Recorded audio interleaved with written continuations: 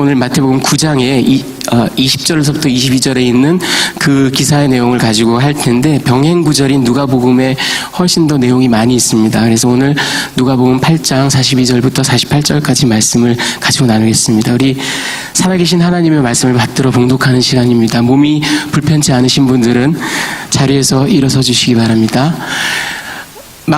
누가복음 8장 42절 하반절부터 48절까지 우리 이렇게 별로 길지 않은 본문이니까 저와 여러분이 같이 합독하도록 하겠습니다.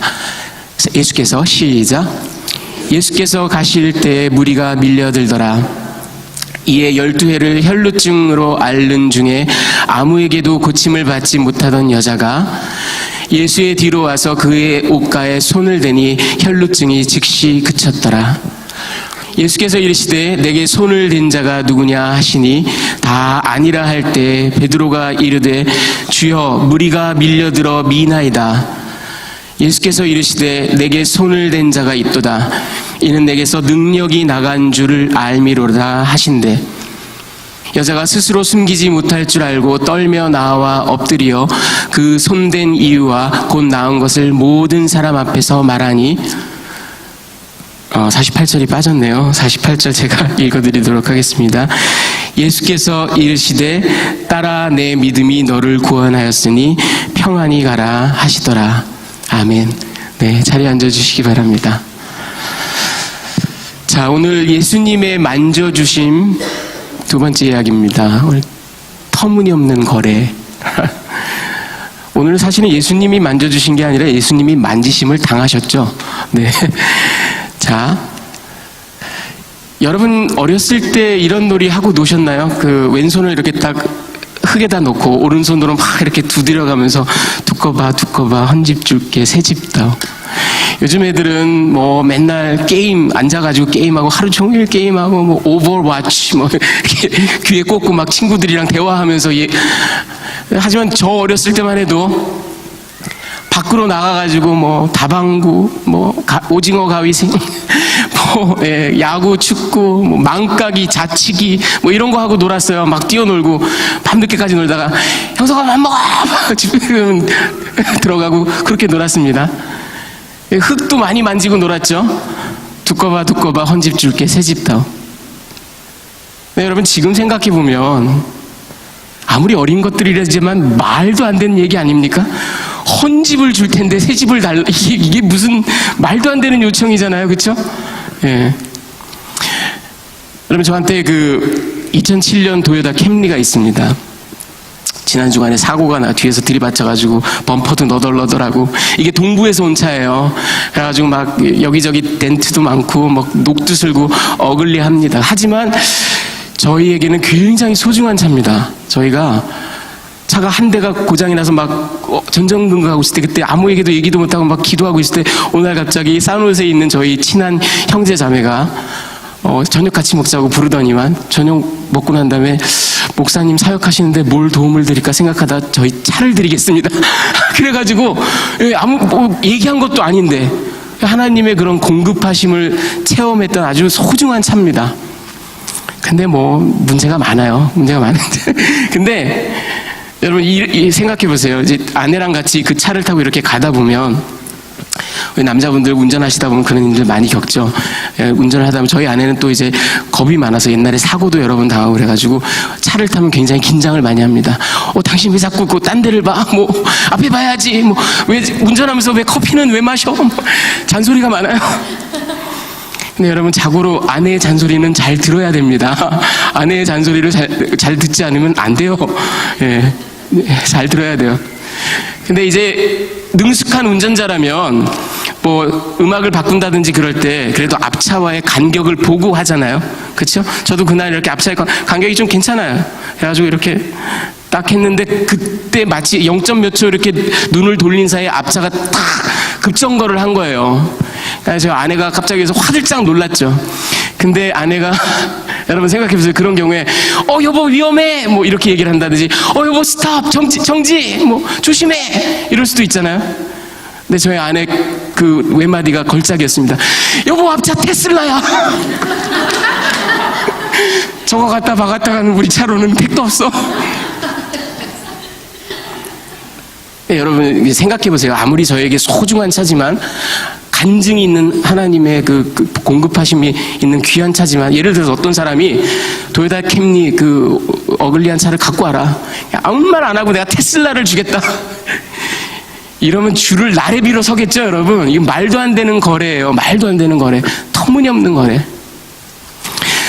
자, 오늘 본문을 보면요, 여러분 이 얘기를 좀 기억에 남겨두시기 바랍니다. 본문을 보면 12해 동안 혈루증을 앓은 여인이 나옵니다. 여러분, 이 혈루증이라는 건 우리 그 당시 여성들은 이게 뭔지도 몰랐을 거예요.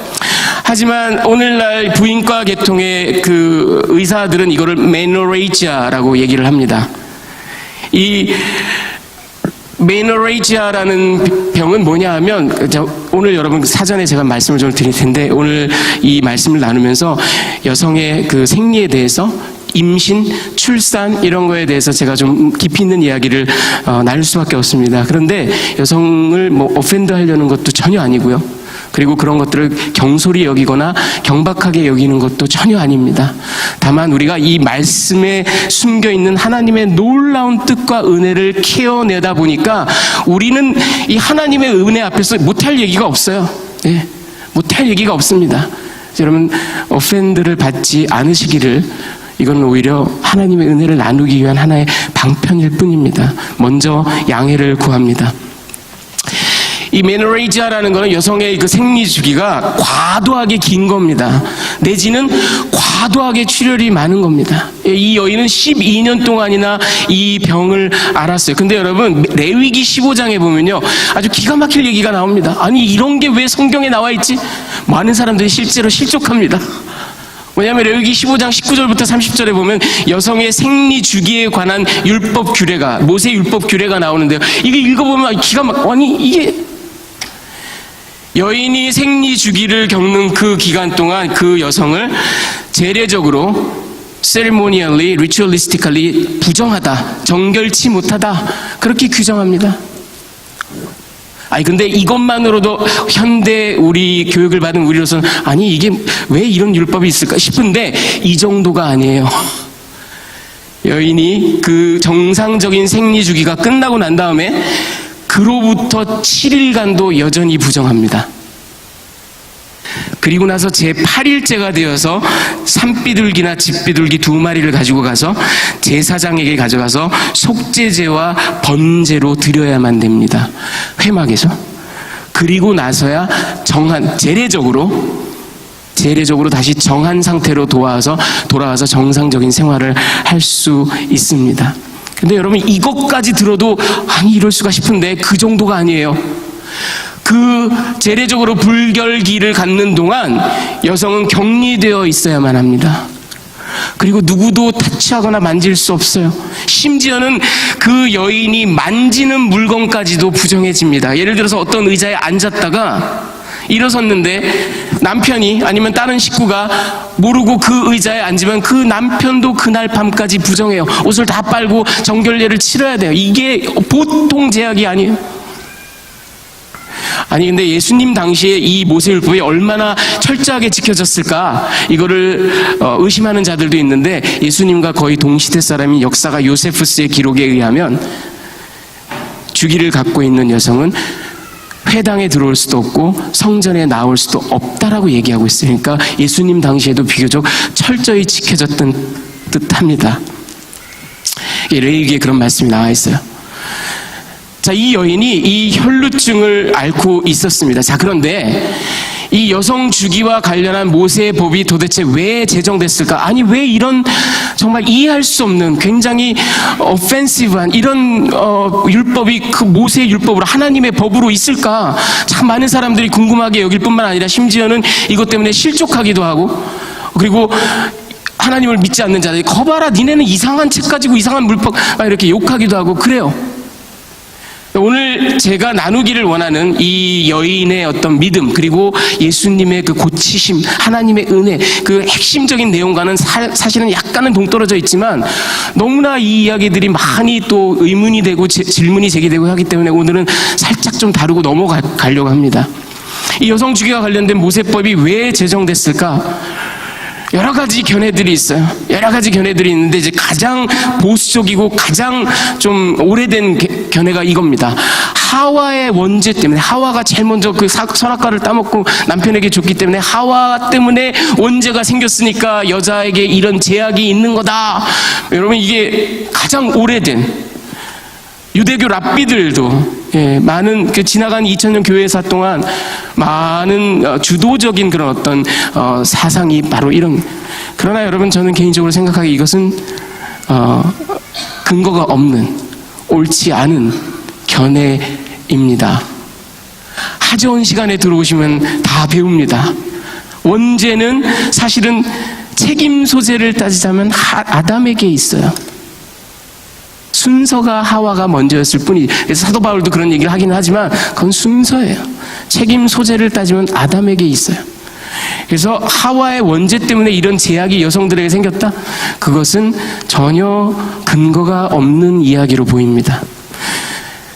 제가 이렇게 살펴본 바로 가장 신학적으로 타당한 이유가 바로 이겁니다. 죽음과 관련됐기 때문이에요. 여러분, 이 레위기 15장에 보면요, 19절 이후엔 여성의 생리주기에 대해서 나오지만 그 앞에는 보면은 각종 유출병에 대해서 나옵니다. 뭐 문둥병이라든지 피부병, 생리, 정액, 소변, 고름, 거품, 각종 사람 몸에서 나오는 유출병, 이런 것들을 다 재래적으로 불결하다라고 하는데 그 이유가 뭘까? 신학적인 이유는 이겁니다. 그게 죽음과 관련됐기 때문이에요. 생명과 반대되는, 생명에 실패했기 때문입니다. 여러분, 남성의 정액이 바닥에 설정을 한다, 마스터베이션을 한다. 그게 왜 재래적으로 불결하다 그렇게 바라보냐 하면, 정상적인 관계라면, 하나님의 창조 섭리대로라면 아내와 성적인 결합을 하여서 그것이 생명을 잉태해야만 돼요. 그게 하나님의 창조 원리예요. 그런데 for some reason 그게 바닥에 설정이 된 거예요. 생명 창조와 전혀 무관하게 2억 마리 3억 마리 되는 정자들이 그냥 다 쓸데없이 죽어버리는 거예요. 죽어버리는 거예요. 그렇기 때문에 이게 죽음과 관련됐기 때문에 부정하다, 그렇게 하는 겁니다. 여러분, 우리 몸에서 고름이 나오는 거, 제가 의학은 잘 모르지만 여기서 옛날에 주워 들은 게 있어요. 그게 뭐냐면, 우리 몸에 병균이 침입을 하면 백혈구, 적혈구 막 우리 몸에 그 항체 반응 기구가 다 모여가지고 막 장렬하게 싸우다 전사한 시체들이 고름으로 흘러나온다고 그러더라고요. 걔네들이 다 죽은 시체예요. 죽음과 관련돼 있기 때문에 부정하다. 여성의 생리도 마찬가지입니다, 여러분. 아니, 이게 생명을 잉태하기 위한 그 여성의 사이클 주기에 관련된 건데 왜 이게 죽음과 관련됐죠? 아니요, 여러분, 잘 생각해 보세요. 하나님께서 창조하신 우리 여성의 인체는 매달 신선한 난자를 이렇게 제공함으로써 생명을 잉태하는 게 그 창조 섭리예요. 근데 여성이 배란할 시기가 되면 온 몸의 피가 그 자궁 주변으로 모여든다고 합니다. 왜? 정자를 만나서 수정이 되면 그게 착상이 되고 그게 이제 생명으로 자라나는 그 크리티컬한 시기에 양분이 엄마의 피로부터 공급이 됩니다. 그렇죠? 그런데 배란이 되었는데 그게 수정을 하는 게 실패하고 끝이 나면 그 모여들었던 모든 피가 생명 창출에 실패했구나, 이번 달엔 잘못됐구나 하고 다 여성의 몸에서 쏟아져 나오는 게 그게 생리주기란 말이에요. 그러니까 생명을 잉태하지 못한 겁니다. 죽음과 관련이 되어 있기 때문에 부정하다고 보는 겁니다.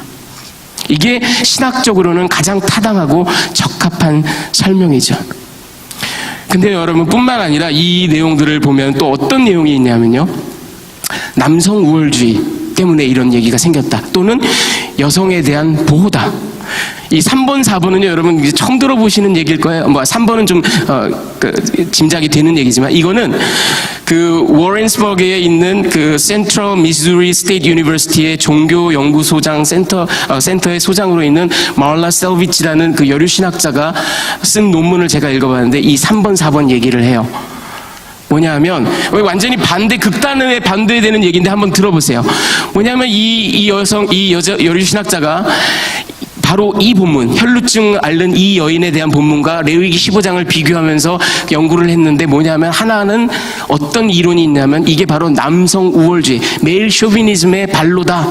뭐냐면 이렇게 여성을 열등한 존재, 재래적으로 불결한 존재, 영구적으로, 항구적으로 가임 기간에 있는 동안, 그게 제법 길잖아요.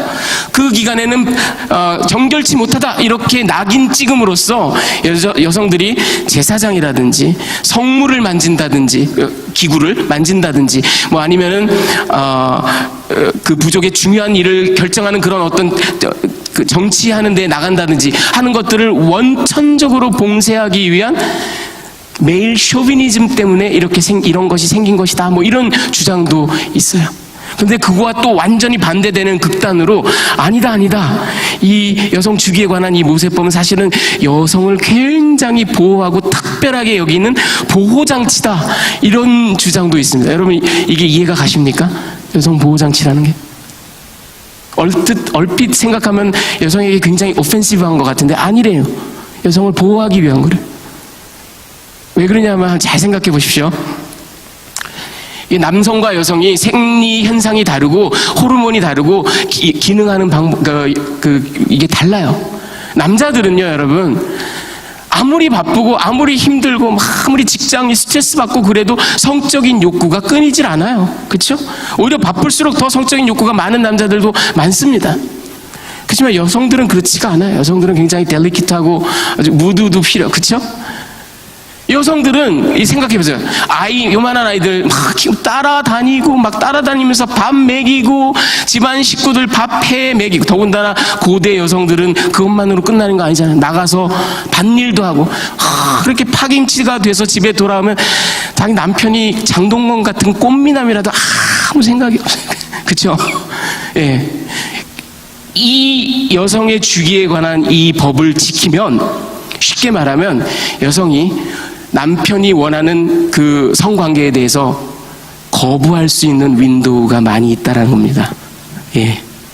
그러니까 여성을 뿐만 아니라 잘 생각해 보세요. 여러분, 잘 생각해 보세요. 이 불결 기간에 있는 동안에는 격리되어 있어야 되고, 누구를 만져서도 안 되고, 내가 만지는 물건도 불결해집니다. 이거 무슨 얘기, 이거 굉장히 오펜시브하게 받아들일 수도 있지만, 무슨 얘기냐면, 한 열흘 남짓 동안 여러분 휴가예요. 애가 와서 막 울어도 엄마는 못 알아준단다. 고모한테 가렴, 할머니한테 가렴. 손님이 와가지고 집안이 난리가, 음식 만들라고 난리가 났는데 저는 물건을 못 만집니다. 그렇죠? 한 열흘 남짓은 그냥 무조건 휴가예요. 여성을 위한 보호기구. 제가 근데 여러분 이 말씀을 연구하다가 제가 떠오른 생각이 있습니다. 이게 뭐 진리라고 여러분들께 가르치는 건 절대 아닙니다. 또 이렇게도 생각할 수 있다는 걸 한번 눈여겨봐 주시기 바랍니다. 뭐냐 하면, 하나님이, 저는 이걸 딱 읽으면서요, 묵상하면서 이게 하나님의 구속사적인 장치인 것 같다, 그런 생각이 들었어요. 제가 설명해 드릴게요. 보세요. 하나님께서 아담과 하와를 창조하시고 주신 명령이 뭡니까? 생육하고 번성하라. 노아의 홍수가 끝나고 난 다음에 주신 명령이 뭐예요? 생육하고 번성하라. 하나님께서 아브라함을 선택하셔서 야곱의 지파를 만드시고 구속사를 쫙 이끌어 가시는 그 플랜에 정말 중요한 게 뭐냐면 생육하고 번성하라예요. 여러분, 오늘날 저와 여러분은 아이들 그저 한두 명 낳아서 그냥 드립다 교육시키고 올인해가지고 걔네들을 판사, 검사, 의사 만드는 게 최고죠. 옛날에는 판사도 필요 없고 검사도 필요 없고 다 필요 없어요. 그저 쪽수가 많아야 돼요. 네. 여러분, 쪽수가 숫자가, 장정의 숫자가 많지 않으면 유목민들 막 이렇게 다니다가 도적대가 오면 그냥 그 부족이 몰살을 합니다. 살아날 길이 없어요.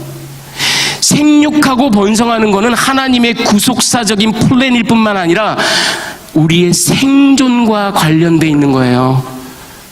엄청나게 중요한 일입니다. 근데 제가 한번 가만히 생각해 봤어요. 여인이 정상적으로 주기를 겪으면 4, 5일, 그로부터 7일간 또 부정하잖아요. 12일 도합, 제 8일째, 13일째 제사 드리고, 그리고 나면 이제 정한 관계가 상태가 되어서 남편과 관계도 할 수 있고 정상으로. 그때가 뭐예요? 그때가 배란기잖아요. 그때가 배란기잖아요. 제가 이걸 다 깨달으니까 예전에 성경을 막 이렇게 혼자 읽다가 장난기가 싹 발동하면서 들었던 의문이 있어요. 그게 다 해결이 됐습니다.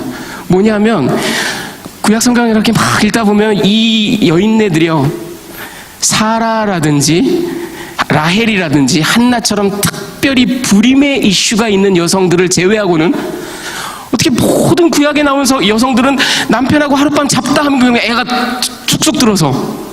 왜 그럴까? 하나님의 말씀을 지키면 그때가 배란기예요.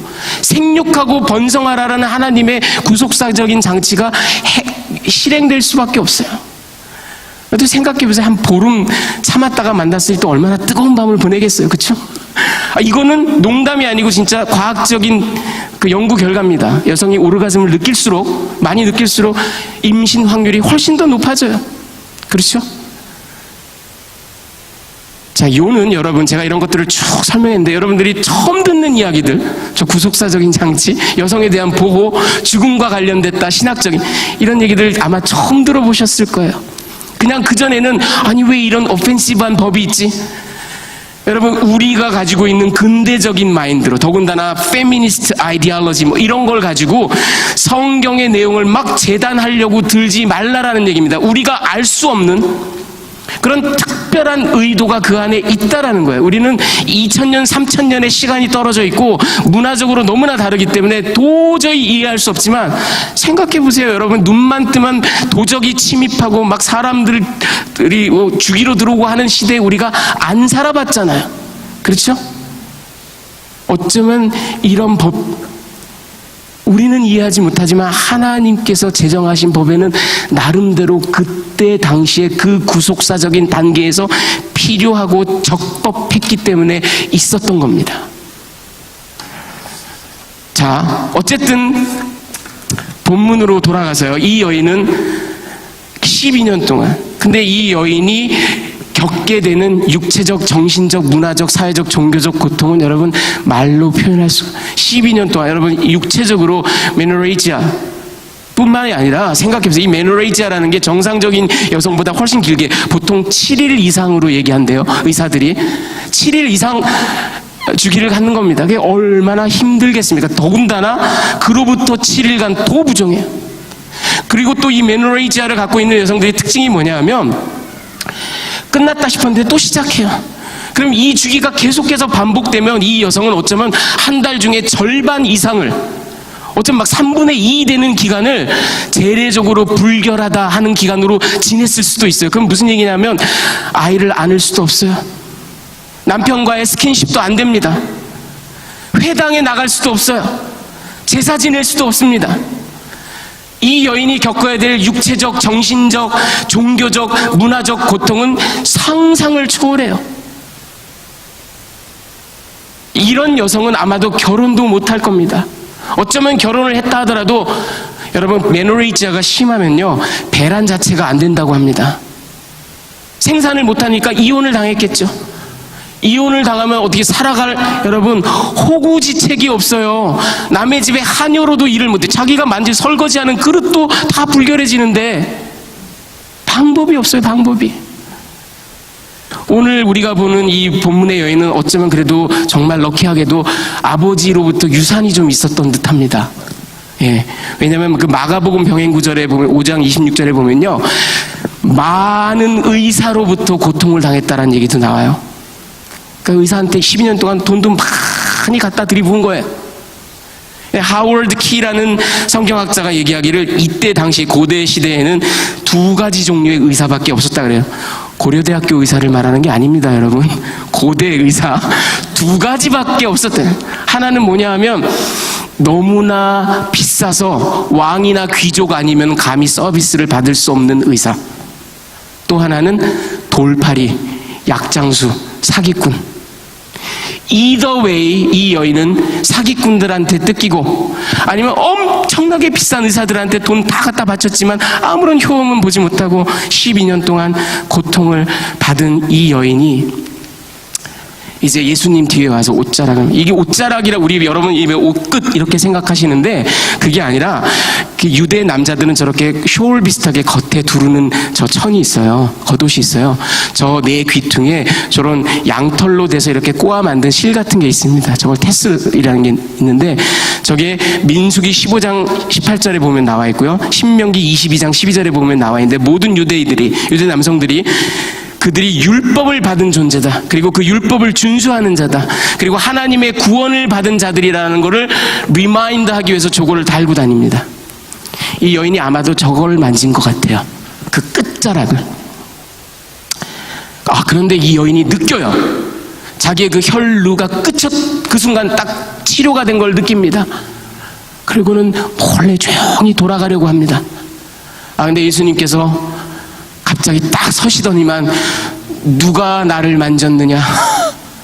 베드로가 선생님 지금 사방이 선생님을 만지고 있습니다. 무슨 말씀을 하시는 겁니까? 아니다.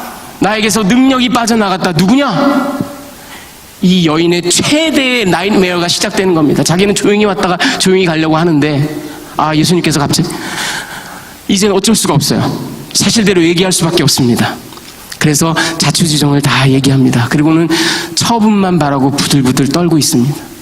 근데 웬걸? 예수님께서 따라 내 믿음이 너를 구원하였으니 평안히 가라. 이런 말씀을 하십니다. 자, 여러분, 이 옷자락을 만진 여인의 믿음, 예수님께서 따라 내 믿음이 너를 구원했다 말씀하셨어요. 칭찬하셨어요.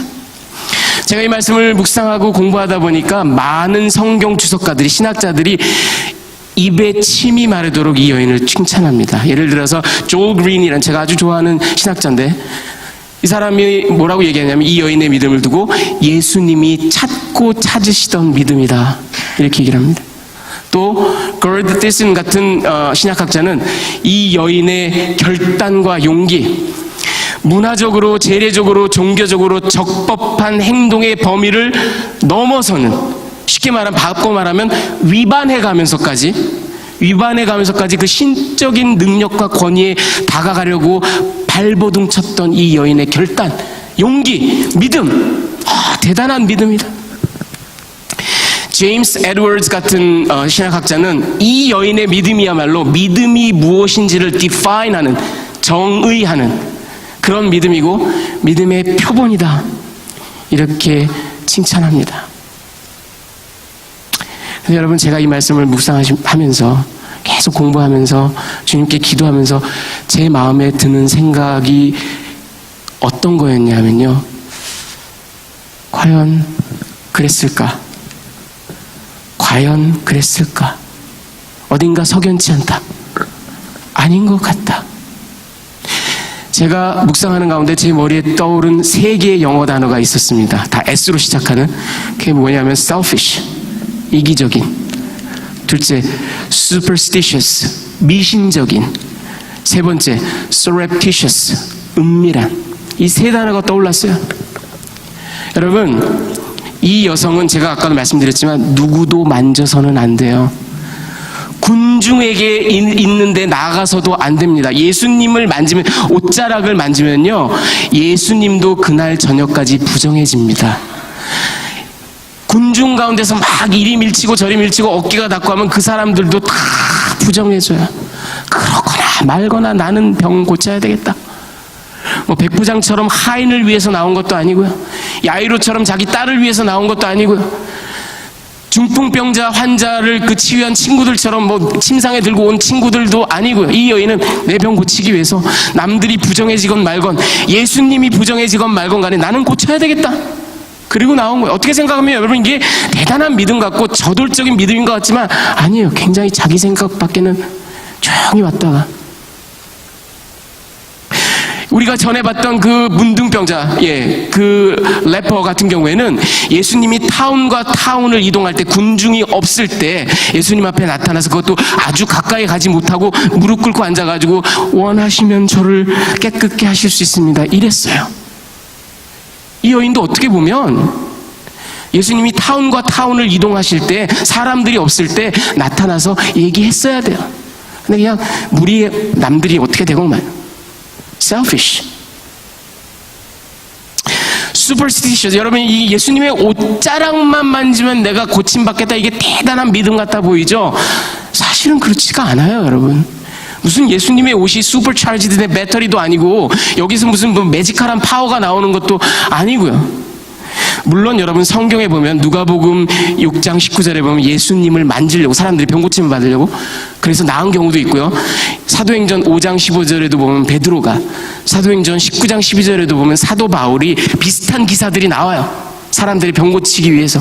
그리고 실제로 고친 일도 있어요. 하지만 여러분, 이거는 성경이 가르치는 가르침은 아닙니다. 제가 보기엔 우리 하나님께서 저들이 너무 불쌍해서 너무 긍휼히 여기셔서 한시적으로 치유를 허락하셨다라고 보여지지 성경이 가르치는 그런 원리는 아니에요. 오히려 여러분, 이거는 이방 종교의 특징입니다. 어떤 물건을 성스럽게 여기고 그 물건에서 영험한 힘이, 여러분, 부적 같은 게 그런 거예요. 실제로 예수님 오시기 전 300년 전 그 알렉산더 대왕이, 그 세계를 제패했던 알렉산더 대왕이 어디를 행차하고 그러면 사람들이 그의 용기와 용맹을 어떻게 좀 전수받으려고 그를 만지려고 난리가 났었어요. 중세에 영국과 프랑스의 왕은, 이걸 제가 역사를 공부해서 알아요. 로열 터치라는 게 있어요. 이게 뭐냐면 이 사람들에게 영험한 파워가 있어서 이 사람이 이렇게 딱 안수해주면, 만져주면 병이 낫는다라는 그런 미신이 있었어요. 그걸 로열 터치라 그래요. 이 그림이 영국왕 찰스 2세가 저 사람을 이렇게 안수해주는 그런 그림입니다. 그리고 이 그림은 프랑스 왕 앙리 4세가 역시 그 무릎 꿇고 앉아있네요. 왼편에, 아래쪽 왼편에 이렇게 탁 만져주는 거. 이게 뭐예요? 전혀 그런 거 아닌데, 저 사람들에게 그런 능력이 있는 것도 아닌데 이렇게 어떤 만지면, 뭐가 닿으면 나을 거라는 저런 이건 미신적인 거예요. 게다가 중세 카톨릭이 완전히 왜곡되고 잘못된 행태를 벌일 때 아주 두드러졌던 것 중에 하나가 뭐냐면 성유물 숭배. 성자들의 유물, 성 프란시스코의 옷을 막 갖다 놓고 이거 만지면 병이 나, 여기에 영험한 파워가 있어, 그래가지고 막 줄 서가지고 행렬하고 순례 이거 보러 오고. 여러분, 이건 다 이방 종교예요. 잘못된 거예요. 성경이 가르치는 바는 아닙니다. 근데 이 여인은 내가 옷자락 만지면 낫겠다 이러 나온 거예요. surreptitious. 여러분, 이게 결정적입니다. 제가 생각하기에 이게 결정적이에요. 정말로 이 여인에게 믿음이 탁월했다면, 이 여인의 믿음이 정말로 이 여인의 믿음이 표본이 될 만한 믿음이었다면, 나올 때는 그렇게 나왔어도 병이 나음을 그 순간 느꼈다고 얘기하고 있어요, 복음서가. 그렇다면 자기 정체를 밝히고 하나님을 찬양하고 예수님께 감사하고 할렐루야를 외쳐야 정말로 믿음이 있는 거죠. 그런데 이 여인은 몰래 왔다가 몰래 가려고 했어요. 아무도 나를 모르지. 이 여인은 아마도 가버나움 출신이 아니었을 겁니다. 가버나움 출신이었다면 다른 사람들이 그 무리 가운데 나오지도 못하게 했을 거예요. 실제로 그 외경인 니고데모 복음에 보면 이 여인의 이름을 버니스라고 이렇게 기록하고 있어요. 라틴어로는 베로니카. 저한테는 굉장히 낯설지 않은 이름입니다. 저희 아내가 원래 천주교 신자였어요. 중학생. 세례명이 베로니카. 그래서 제가 고등학교, 대학교 때 편지질 할 때 제가 한 문학 베로니카 이러고 썼단 말이죠. 왜 있어 보이잖아요. 정해야 뭐 하는 거다. 베로니카. 그리고 4세기 역사가 유세비우스의 기록에 의하면 이 여인이 아마 가이사랴 빌립보 여인이었을 것이다, 그렇게 얘기를 합니다. 어찌됐든 간에 이 여인은 사람들이 자기를 모르니까, 내가 재래적으로 불결하든지 아닌지 모르니까 그냥 조용히 와서 사람들 밀치고 막 가가지고 예수님 싹 옷 만지고 조용히 가야지, 은밀하게 하나님을 찬양하지도 않았고 예수님께 감사하지도 않았어요. 과연 그렇게 탁월한 믿음이었을까? 자, 그러면 여러분, 도대체 실제로 무슨 일이 일어난 겁니까? 실제로 병은 어떻게 고침을 받은 겁니까? 예수님이 믿음을 칭찬했는데 지금까지 우리가 한 얘기는 그 믿음이라는 게 우리가 그동안 알기로는 믿음이 정말 이렇게 탁월해서 그 믿음에 비례해서 예수님께서 어떤 은혜를 베풀어 주신 것처럼 보이는데, 제가 말했잖아요. selfish, superstitious, surreptitious. 그럼 병은 도대체 어떻게 고쳐진 거예요? 여러분, 이렇게가 아니면 설명이 안 됩니다. 그 많은 무리들 가운데 복통을 앓는 자, 두통을 앓는 자, 다리를 저는 자가 없었겠어요? 수백 명 있었을 겁니다. 그 많은 병자들 가운데 내가 예수님 만지면 어떻게 좀 밀치고 가서 어떻게 좀 가까이 가면 낫겠다 하는 사람이 하나도 없었겠어요? 수십 명, 수백 명 됐을 거예요. 그런데 오로지 이 여인만 뭐예요? 이렇게가 아니면 설명이 안 돼요. 하나님께서 그 여인을 치료하겠다고 결심하시지 않으면 불가능한 일입니다. 하나님께서 선택하셔서 하나님께서 내가 병 나음을 허락한다 하시지 않으면 안 되는 일이에요, 여러분. 그녀의 믿음은 어떻게 보면 부차적입니다. 그렇다면 병 고침은 그렇다고 치면 이 여인의 믿음은 과연 탁월해? 우리가 쭉 지금까지 제가 얘기했죠. 석연치가 않다고요.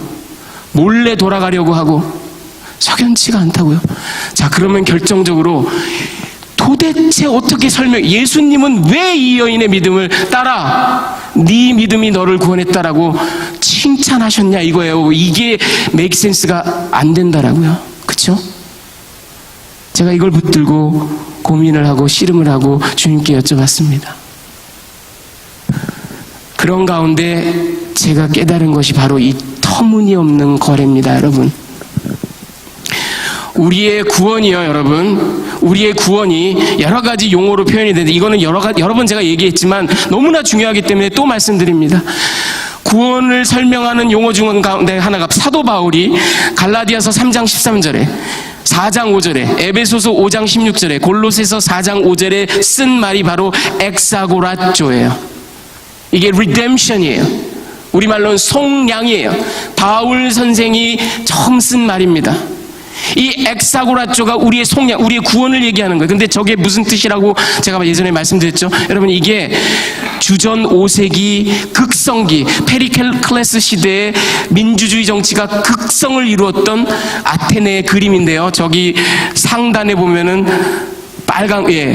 아크로폴리스, 저기에 파르테논 신전도 있고요. 저 높은 곳에, 그리고 저 시티 한복판에 아고라라는 큰 광장이 있습니다. 이 아고라가 뭐냐면 사람들이 다 모여서 직접 민주주의 정치를 하는, 20세 이상의 성년 남자는 다 모여서 우리가 누구를 의원으로 뽑을 것인가, 우리가 전쟁에 나갈 것인가 말 것인가를 직접 민주주의 정치로 하는 그곳이 바로 저 아고라예요. 광장이에요. 그 도시 생활의 중심이에요. 저기서 정치가 이루어지는 겁니다. 근데 정치를 24시간 24/7 하겠어요? 나머지 기간엔 뭐예요? 저기서 마켓이 생겨요. 마켓플레이스예요. 그래서 저기서 물물 교환, 상인들이 갖고 오고 팔아요. 그런데 여러분, 이 위대한 민주주의를 했던 아테네가 민주주의를 할 수 있었던 이유가 뭔지 아십니까? 저 극성기 주전 5세기 시절에 아테네의 인구를 25만 내지 30만 정도로 봐요. 근데 자유시민은 10만이었습니다. 참정권이 있는 남성, 20세 이상 남성은 3만에 불과했어요. 한 또 10만 정도는 자유민이지만 전혀 참정권이 없는 외국인들 또는 상인들, 매틱스라 그래요. 그런 사람들이었어요. 나머지 10만은 바로 노예예요, 노예. 아테네가 민주주의를 할 수 있었던 거는 저 3분의 1이, 어떨 때는 40%나 되는 사람들이 노동을 다 담당했기 때문에 자유시민들은 밥 먹고 나와가지고 철학 얘기하고 정치 얘기하고 이랬던 거예요. 자, 그러니 노예 제도에 의해서 문명을 꽃피웠던 바로 그런 국가입니다. 그러니 저 아고라에 마켓플레이스에요. 항상 노예 시장이 섰던 겁니다. 항상. 그런데 사도 바울이 말한 엑사고라조라는 건 뭐냐면 저 가운데가 아고라잖아요. 아고라에서 엑스 끄집어낸다라는 얘기예요. 우리가, 여러분, 저와 여러분이 전쟁 포로로 끌려와서 이제 노예로 팔려가기 위해서 옷 다 발가벗기고 쇠고랑 차고 막 이빨도 보여주고 성기도 다 보이고 이러고 있는데 예수님께서 오셔서 내가 이형석 저 노예를 사겠다. 근데 예수님이 지불하신 가치는 예수님의 목숨이었어요. 그래서 우리를 사서 저 아고라에서 우리를 끄집어낸 게 저게 속량입니다. 저게 리뎀션이에요. 여러분, 저게 얼마나 터무니없는 거래입니까? 나는 아무것도 지불한 게 없어요. 근데 천문학적인 은혜가 나한테 쏟아진 겁니다. 저게 바로 속량이에요. 여러분, 우리 구원을 얘기하는 또 다른 개념이 justification, 디카이오오. 이게 뭐냐 하면 제가 실제로 살인을 저질렀어요. 여러분, 저는 그럴 리가 없겠지만 그렇게 쳐보세요. 실제로 살인을 저질렀어요. 로마의 그 재판정에 나가서 사형 언도 받고 이제 죽어야 돼요. 마땅해요. 피해갈 길이 없어요. 그런데 무슨 이유에서인지 알 수가 없는 이유로 재판장이 이형석은 무죄. 왜냐하면 내 아들이 예수가 죄값을 다 치렀어. 너는 무죄. 이게 바로 justification이에요.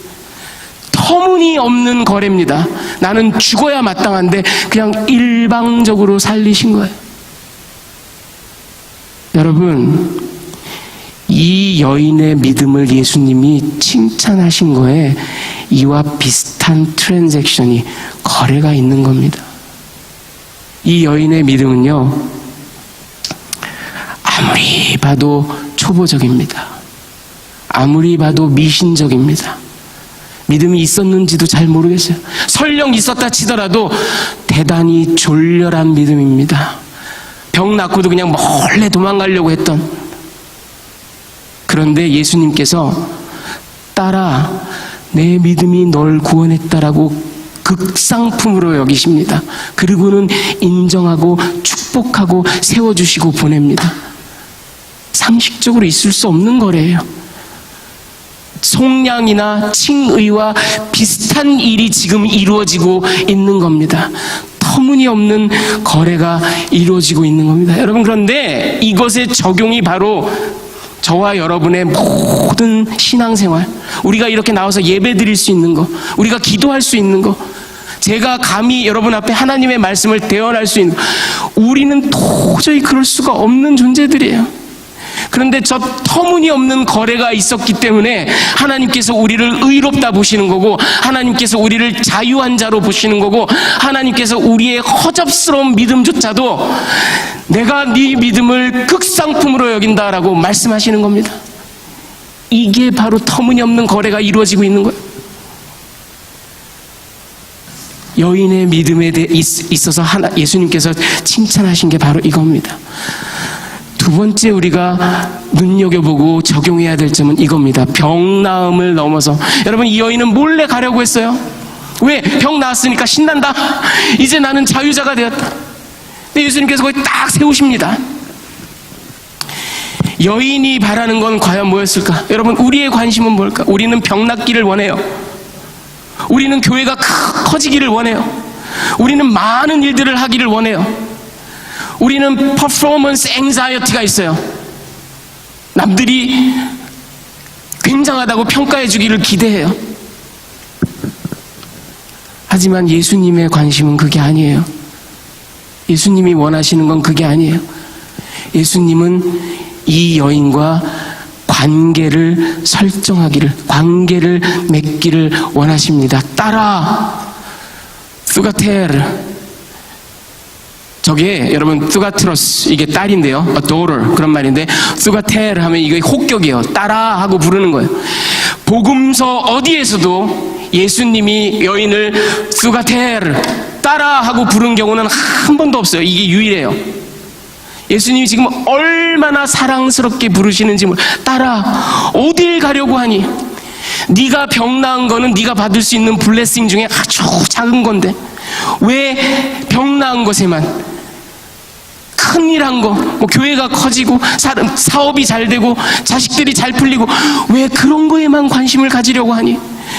나랑 관계를 가져야 되는데, 네가 내 딸임을 천명해야 되는데, 사람들 앞에 네가 내 딸이라고 당당하게 나서야 되는데 왜 그냥 가려고 하니?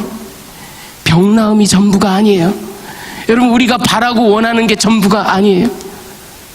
우리 주님이 원하시는 건 수가테르 따라 거기 서렴. 그냥 가지 말렴.